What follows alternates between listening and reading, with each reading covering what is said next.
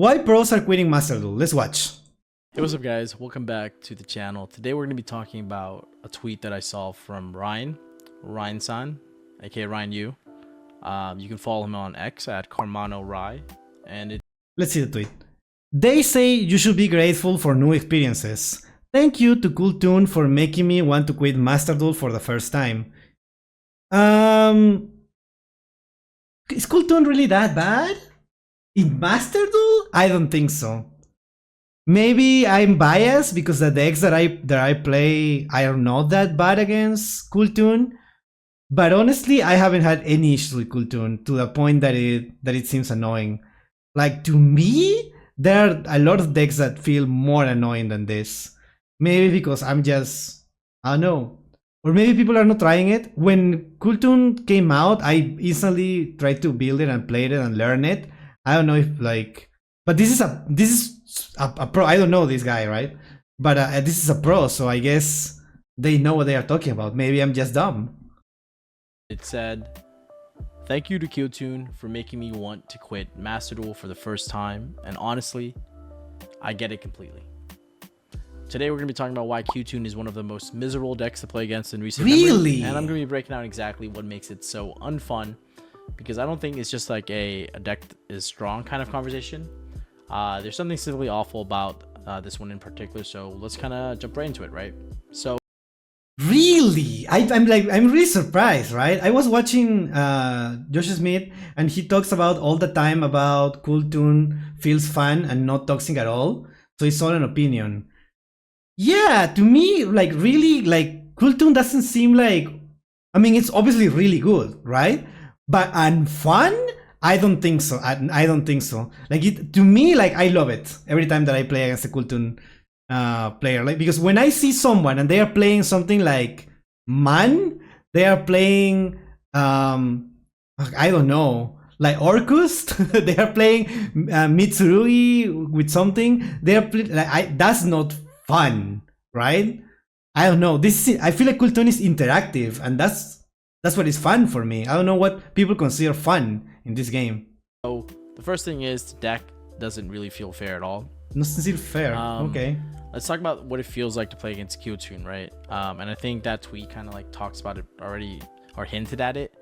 It's not that the deck is, you know, strong or good at all. Plenty of decks are good in general.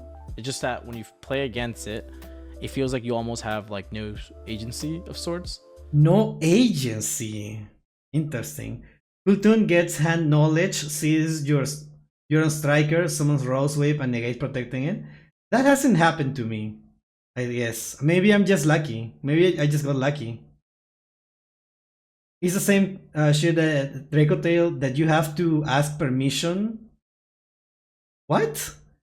No, I mean Draco Tail also seems fun to play against, right? Draco Tail is interactive. Do people not like interactions? And when you sit against that type of deck or Cooltoon in general, or there just feels like you have no chance. Usually, like there's some sort of chance when you go second. There's like a hand trap of some sorts. You have like a way to interact with your opponent. You might have a way to play into the board. With Cooltoons, it feels like none of that really matters because the deck is so resilient at playing through hand traps. It's also very consistent. So once you get the steam rolling, it's just GG's. And that kind of feeling of where you're doing, you know, you can't really do anything, I think is what makes people want to quit. And I definitely want. No. I'm sorry. I feel like I'm out of my lane here. Disagreeing with the pro, obviously, but it's like what makes me want to quit is when I floodgates. That's what makes like instantly want to surrender. This is not a real thing. Hand knowledge is honestly the only part that annoys me about Cooltoon. I don't see it. I don't see it as an issue. To reemphasize that this isn't really something new in Yu-Gi-Oh.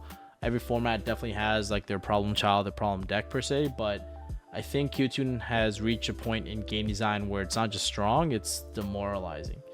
And those are kind of like two very different things. I think that a deck could be strong. without having to be like that degenerate. And I think that's where we are with this deck right now, and that's not really a good place for the game to be, right? So first, let's talk about the consistency, right? The deck is super consistent. So Yeah. every deck's had like usually some, like all the top decks, like maybe some sort of have like consistency issues, but this is a deck that kind of like when it finds its pieces, it does the same game plan every single time, and ends on a board that doesn't look that menacing, but it's pretty much GG's instantly, just because looking at the hand is just like a real problem. But isn't that what Malice used to be, or even is at this point? That if you have limited interactions that you can do against Malice, and then just Malice just keep summoning guys, right? Summoning cybers and more and more and more, and then ends with a board of like 4 or 5 negates, and then what do you do, right? Like you just activate the negates at the right time, which is, in my opinion, easier to do than playing Kultun, right? Even when you have the information. So there's honestly very few variants. Sometimes like your opponent might have like super polys and stuff, but realistically, guys, like you're gonna name like a bunch of cards like super poly, darker than no more, all these sort of breaker type cards that the deck honestly can set up its board to kind of play around, which I talk about in my Q2 masterclass if you guys haven't checked it out already. And usually like in Yu-Gi-Oh, like you do want some sort of variance where the guy going second has a chance. Q2 just makes it impossible to go second into the deck. So you know what's the funny part? I feel like most of my victories against Kultun have been in turn 0, right? I go second, but the turn number 2 doesn't come, right? It just ends in their own first turn, right? Well, I play K9 Vanquishal, and sometimes you just destroy 2 or 3 things.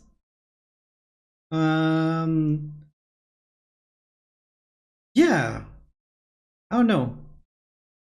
I think that's kind of like an issue. And so yeah, the hand look is just like the biggest real problem.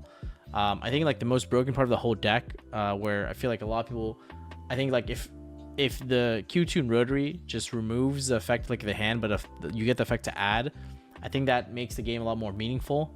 A lot of the cards, I don't even know why they started putting more cards just to look at people's hands in general. I think that like doesn't make sense. Like even RB has a way to look at the hand, Roy looks at the hand, Rory looks at the hand. We have to stop letting people look at people's hand, guys. No more.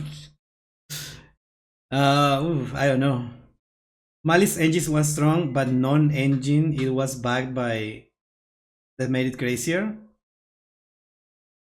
Yeah, but I'm talking about the that's what happens when the engine is just that good, right?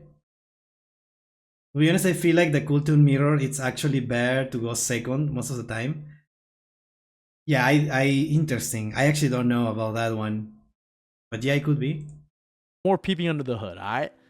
But just think about what this means when they look at your hand.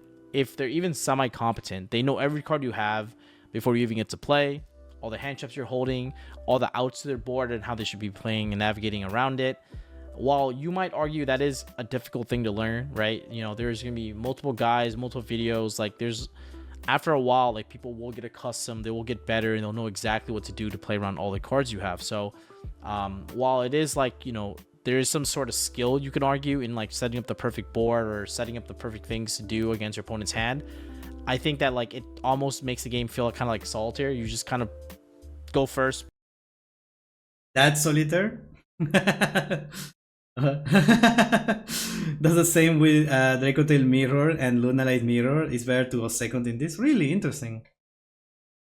Play your entire turn out and then do your thing, and you know their hand is so like, yep, I guess they can't beat me, which I think is kind of toxic. I think like that element of surprise is what makes the game interesting. The element of being able to read your opponent's hand or like make the right play based on like these judgment calls. I think that's what makes the game interesting.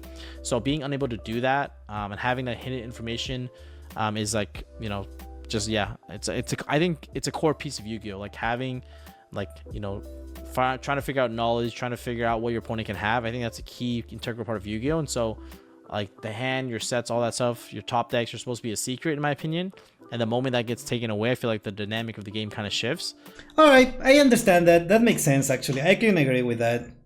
Like the point of the game basically is not knowing what the opponent can play, right? And is previous knowledge more than the knowledge that you actually get, you can get during the game.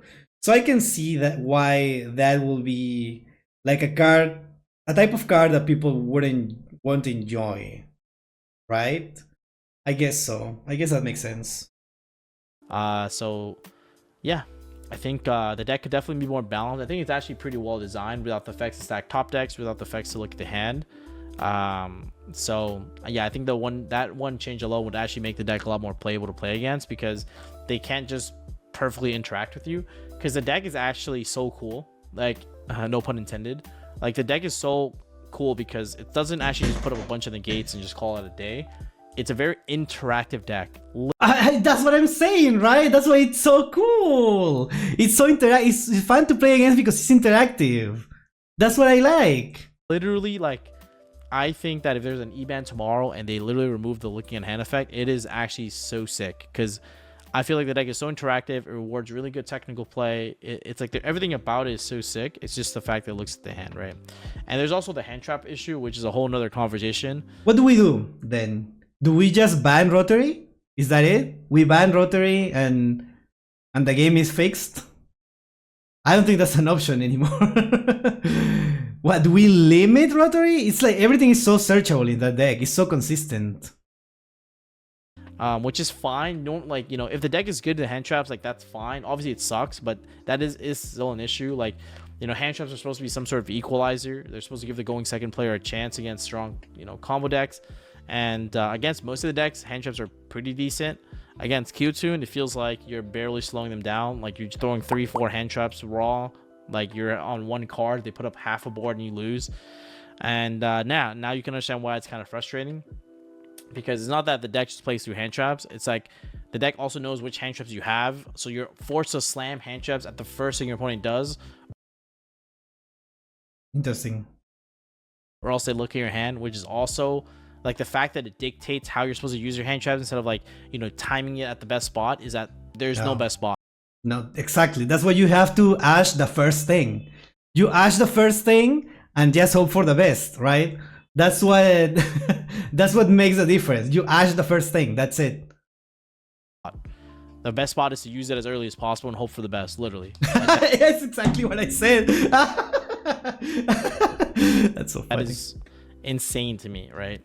I know it sounds like a rant and all that, but I do think that, like, this, I feel like it needs to be kind of addressed in some sort of way, or maybe like have a conversation around.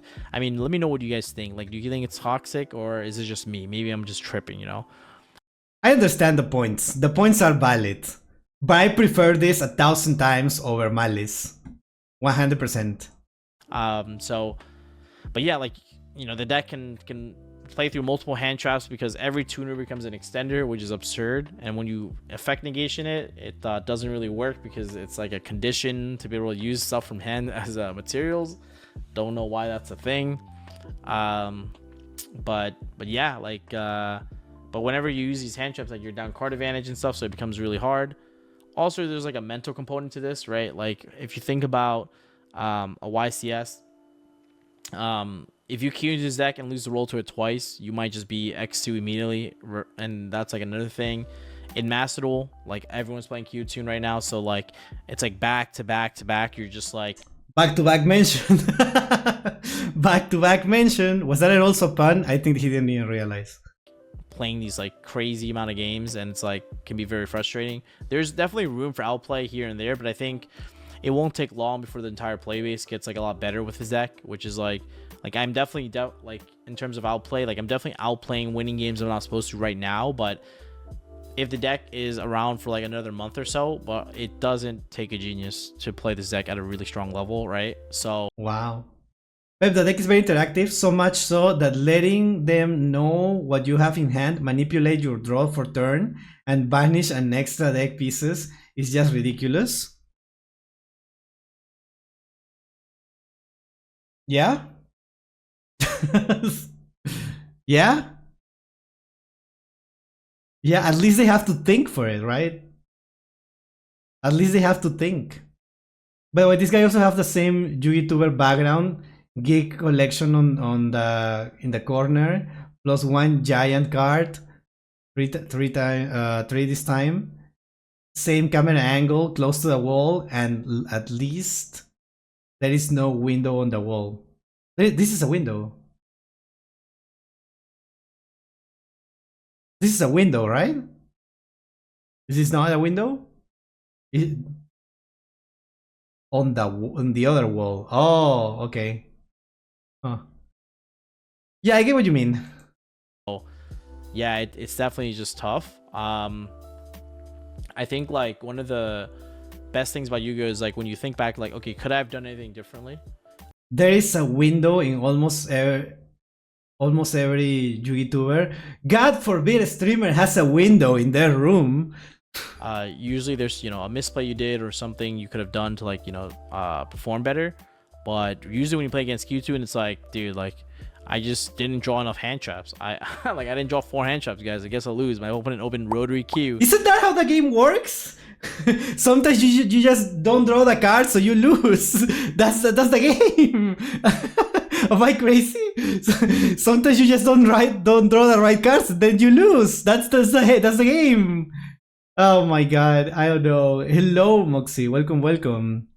We're getting rage baited right now. Imagine Windows couldn't be me. Yeah, imagine having Windows in your room. If you think about it, the eyes are the windows to the soul. What? GG's. And I feel like the best metas in Yu-Gi-Oh! Are where like you like when you feel you lose, you felt like you had a chance, right? Even if it's like or at least you felt like you had, like, if my opponent like, you know, didn't do this or do this incorrectly, you had a chance. But when if my opponent misplay, then oh yeah, I will have a chance. Your hand, it's like, bro, like they're gonna make the right play, you know, and that's kind of like the issue. And so yeah, and this compounds right across multiple games. Like in Master Duel, you're playing like 15 games, and then like they probably close the app by now. So yeah, and because Master Duel is a rank system, you're gonna play that deck over and over again, and so you're literally just like bang your head against a wall, and I totally feel that. And yeah, it was crazy. So anyways, what's the solution, right? I think at the end of the day, it comes down to Konami. The deck needs to be addressed through some sort of ban list, or some of ban list, ban rotary, game saved, or I don't know, some sort of way to like maybe like errata the card. I doubt, which I doubt will happen, but that would be kind of cool. I think like, yeah, the hand, like removing the hand rip will be sick. I think rotary is a sick extender. Be able to add a card is cool. Even the effect of like non-target shuffle card back from the graveyard is cool. I've used that a couple of times. And then I think that would be kind of, I think that'll be sick. Just to... In the wise words of Farfa, if only card was different card. literally, if only the card was a different card. Oh my god, if and when, but never is. It's weird that only YouTubers that you react have this kind of overlay of camera and position of things on the background, or things I see are different. Okay, I think what makes you a little confused there is probably the big card. That is all something that only the Yu-Gi-Oh people have, right? And obviously, right, Yu-Gi-Oh players are some kind of weebs. They have some kind of like nerdy things, so they have figures and stuff like that, or like plushies. These are tournament trophies. These are tournament trophies. This guy is like actually really good, right? These are tournament trophies, and there is a plushie here. And yeah, the big cards that every YouTuber has. I will have one of those. I would love to. Yeah, I know. Maybe have one per duel for viewing hand effect. One per duel. Well, the card already exists. That's what I'm saying. That you're playing to errata. We don't have errata cards anymore. That's not a thing. To make the deck a little bit more, you know, decent to play against. But yeah, hopefully someone somewhere addresses this, or else we're gonna be in for some really rude awakening, I guess. But yeah, if you guys agree, if you don't disagree, sorry, if you disagree, sorry, no, don't agree, let me know in the comment section below. If you have any your own Q2 moments, let me know. And if you guys watch this entire video and your response is, look, honestly, who cares? I'm just gonna play Q-Tune. Well, what? Oh my god. I respect the chaos, and if you're gonna play, let's play it right. right? So you guys can check out the Q2 masterclass in the description box below to make sure you know what you're doing with the deck. And yeah, leave a like and subscribe. Let me know what you think. Peace. That's so funny. Rotary is such a funny card. I love Rotary. It's my favorite card ever. I stand by it.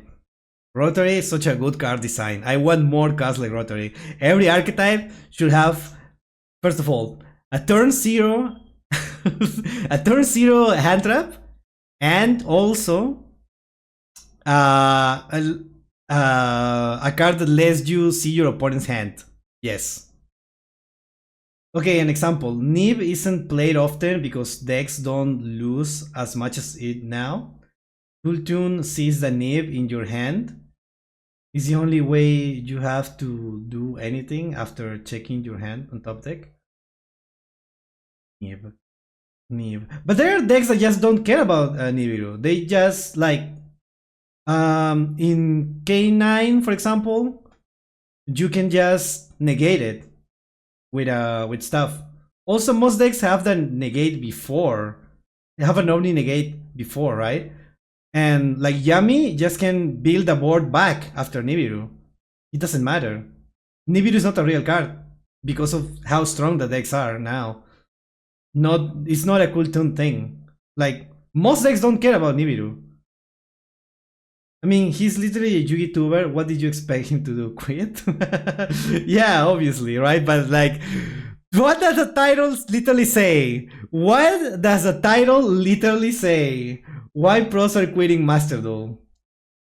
Yeah, okay. Well, I personally don't see it as much as a problem. Maybe I could be wrong. Maybe I'm not playing in the right rank, right?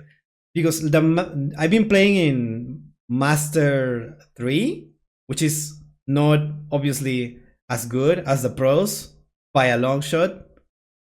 But I don't see it.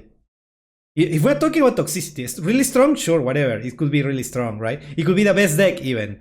But I don't see it as toxic. Toxic are floodgates. Like I see like Dinomorphia being way more toxic than this. Like Dinomorphia is a toxic it's a toxic archetype.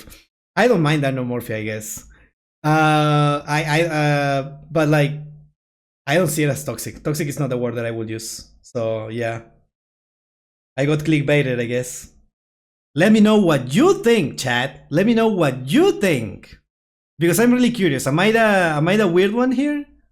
I hope I'm making sense here. At least you can see that there is a different opinions, right? I think so.